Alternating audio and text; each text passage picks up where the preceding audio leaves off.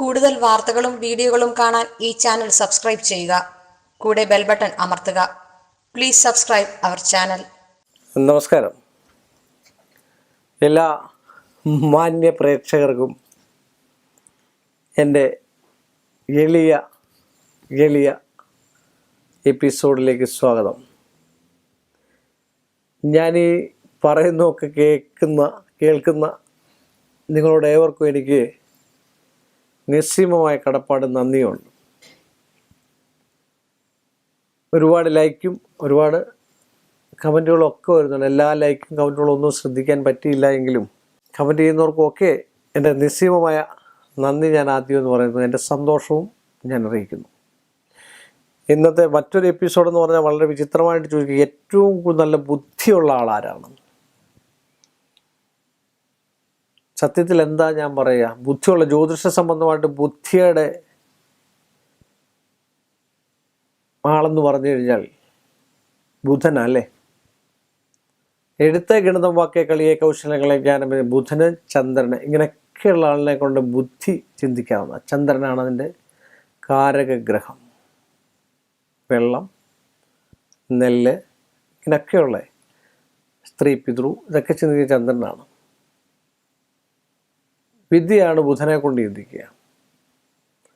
അപ്പം ബുദ്ധി എന്ന് പറയുന്ന തലത്തിൽ ഊർധാസ്യ ഗള ഹൃദയ സ്കന്ധ, നമ്മുടെ ശരീരത്തെ 12 രാശികളിൽ നമ്മുടെ ഓരോ ഭാഗവുമായിട്ട് തരംതിരിക്കുന്നുണ്ട്. നമ്മൾ ജാതകം എഴുതുമ്പോൾ അംഗാദിത്യൻ എന്നൊക്കെ പറയും, എവിടെയാണ് സ്ഥിതി ചെയ്യുന്നതെന്നൊക്കെ. എന്ന് പറഞ്ഞാൽ ബുദ്ധി തലച്ചോറിൽ നിന്ന് വരുന്നതാണല്ലേ, തലയിലാണ് ബുദ്ധി ഇരിക്കുന്നതല്ലേ. അതിൻ്റെ തലമണ്ട ഭയങ്കര എന്ന് പറയും. അതേപോലെ സൂക്ഷ്മ ബുദ്ധിയുള്ളവരുണ്ട്. ചന്ദ്രൻ്റെ ബുധൻ്റെ ബലാബലങ്ങൾ അറിഞ്ഞാണ് ആ ആളിൽ നല്ല ബുദ്ധിയുണ്ടോ എന്നറിയുന്നത്. പക്ഷെ ഒരു കാര്യം കൂടെ മനസ്സിലാക്കുക, നല്ല ബുദ്ധിയുള്ളതും നല്ല മൈൻഡ് പവർ ഉള്ളവർക്കും ചെറിയ അബുദ്ധികളും ഉണ്ടാവും. ഈ ശാസ്ത്രജ്ഞന്മാർ, നല്ല ബുദ്ധിയുള്ള കലാകാരന്മാർ ഏതെങ്കിലും മറ്റൊരു കാര്യത്തിൽ അവരെ മോശമായിട്ടുള്ളൊരവസ്ഥയായിരിക്കും. അതാണ് ബുദ്ധിയുള്ളവർക്ക് ബുദ്ധിശൂന്യത ഉണ്ടാകുമെന്ന് പറയുന്നതിൻ്റെ കാര്യം. അതാണ് ഇതിൽപ്പെടുത്ത ഒരുപാട് നക്ഷത്രക്കാരുണ്ട്, കൂറുകാരുണ്ട്, ഒക്കെയുണ്ട്. ഇപ്പം ചെല്ലു പറയത്തില്ലേ, വിദ്യാജ്യോതിഷ വിത്തവാൻ മിഥുനകേ ഭാനുകൂലീരസ്ഥിതി. വിദ്യ, ജ്യോതിഷം, വൈദ്യം, മാന്ത്രികമൊക്കെ പഠിക്കണമെങ്കിൽ മിഥുനത്തിലാദിത്യം നിൽക്കുമ്പോൾ ജനിക്കുന്ന ആൾക്കാർക്ക് വിദ്യകൾ പഠിക്കാനുള്ള അവസ്ഥയുണ്ടാവും. ബുദ്ധി എന്ന് പറഞ്ഞാൽ വേറെയാണ്. ബുദ്ധി കൂടിയിട്ടും കുഴപ്പമുണ്ടാകുന്ന ആൾക്കാരുണ്ടല്ലേ. അപ്പം സാമാന്യനുള്ള ബുദ്ധി, ചന്ദ്രൻ്റെ ബുധൻ്റെ ബലം ഒരു ഗ്രഹനിലയിലുണ്ടെങ്കിൽ നമ്മൾ ശാസ്ത്രജ്ഞനൊക്കെയാണോ എന്ന്, അല്ലെ കണ്ടുപിടിക്കാൻ പറ്റുന്ന ആളാണോന്ന്, യന്ത്രസാമഗ്രികളെ കണ്ടുപിടിക്കാൻ പറ്റും. വിദ്യാഭ്യാസമല്ല, അതിൽ ബുദ്ധിയും വിദ്യയും തമ്മിൽ വ്യത്യാസമുണ്ട്. ഇപ്പം നമ്മൾ MBBS പഠിച്ച എല്ലാവരും ഡോക്ടറാകും അല്ലേ? എല്ലാം നല്ല ഡോക്ടറാണ്? ഒരിക്കലുമല്ല. നമ്മൾ BA MA ഒക്കെ എടുത്ത് സെറ്റോ നെറ്റോ ഒക്കെ നമ്മൾ പാസ്സായതിനു ശേഷം നമുക്ക് കോളേജിൽ കയറാം, ലെക്ചറാകാം, ഒക്കെ ചെയ്യാം.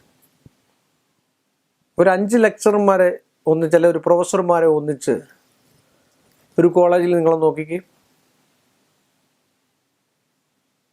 വലിയ PhD എടുത്തവർ, മറ്റു ഡോക്ടറേറ്റ് എടുത്തവർ, മറ്റും ഒക്കെ കാണും. പക്ഷേ ചിലപ്പോൾ നമ്മൾ എന്താ പറയാം, ഒരു സർക്കാർ ജോലി ഉടനെ SLC പാസ്സായാൽ മതി എന്ന് പറഞ്ഞ പോലെ ആ ഒരു വിദ്യക്ക്, ആ ഒരു രേഖയിൽ നിൽക്കുന്ന ഒരാൾ ചിലപ്പം പഠിപ്പിച്ചു കഴിഞ്ഞാൽ അപാര ശക്തിയായിരിക്കും. അപാര ശക്തി എന്ന് പറഞ്ഞാൽ നമുക്ക് മനസ്സിലാവും. പക്ഷേ ഈ ഡോക്ടറേറ്റ് എടുത്തു എന്നൊക്കെ പറയുന്ന ആൾക്കാർ ചിലപ്പോൾ പഠിപ്പിച്ചാൽ ഒന്നും മനസ്സിലാകത്തില്ല. അവരിങ്ങോട്ട് വന്ന് ഇംഗ്ലീഷിൽ തന്നെ ലെക്ചർ ചെയ്ത് ബാക്കിയുള്ള കാര്യങ്ങളൊക്കെ നോട്ട്സും ഒക്കെ എഴുതി പോവും, തല കയറില്ല. ശരിയല്ലേ? അപ്പോൾ എല്ലാവർക്കും വാദ്യരാകാം, എല്ലാവർക്കും മാഷന്മാരാകാം, എല്ലാവർക്കും ഡോക്ടർമാരാകാം. അതാണ് ബുദ്ധി എന്ന് പറയുന്നത്. വിദ്യയല്ല ബുദ്ധി. വിദ്യയും ബുദ്ധിയും തമ്മിൽ വ്യത്യാസമുണ്ട്. കാര്യം ഒരാളിലേക്ക് ആഴ്ന്നിറങ്ങി ചെന്ന് അവരെ മനസ്സിലാക്കി എടുക്കുക എന്ന് പറഞ്ഞാൽ ഏത് പൊട്ടനും ചില ആൾക്കാർ പഠിപ്പിച്ചാൽ മനസ്സിലാവും അല്ലേ?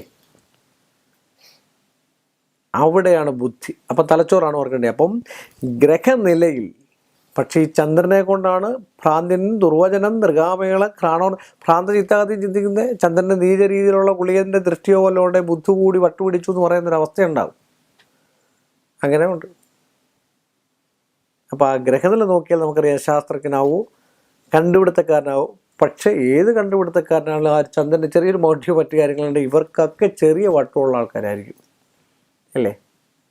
അതുകൊണ്ട് ഗ്രഹനില പരിശോധിച്ച് ഇങ്ങനെയൊക്കെയുള്ള കാര്യങ്ങൾക്കും ശാസ്ത്ര സാങ്കേതിക കാര്യങ്ങൾക്കൊക്കെ പ്രവർത്തനം മുന്നോട്ട് പോകാമെന്ന് പറഞ്ഞുകൊണ്ട് ഈ എപ്പിസോഡ് ഞാനിവിടെ അവസാനിപ്പിക്കുന്നു. എല്ലാ മാന്യ പ്രേക്ഷകർക്ക് എൻ്റെ നിശ്ചയവുമായ നന്ദിയും കടപ്പാടും അറിയിച്ചുകൊണ്ട് വീണ്ടും നിങ്ങളുടെ മുമ്പിൽ ഞാൻ വരും മറ്റൊരു വിഷയവുമായിട്ട് എന്ന് പറഞ്ഞുകൊണ്ട് നന്ദി, നമസ്കാരം. കൂടുതൽ വാർത്തകളും വീഡിയോകളും കാണാൻ ഈ ചാനൽ സബ്സ്ക്രൈബ് ചെയ്യുക. കൂടെ ബെൽ ബട്ടൺ അമർത്തുക. Please subscribe our channel.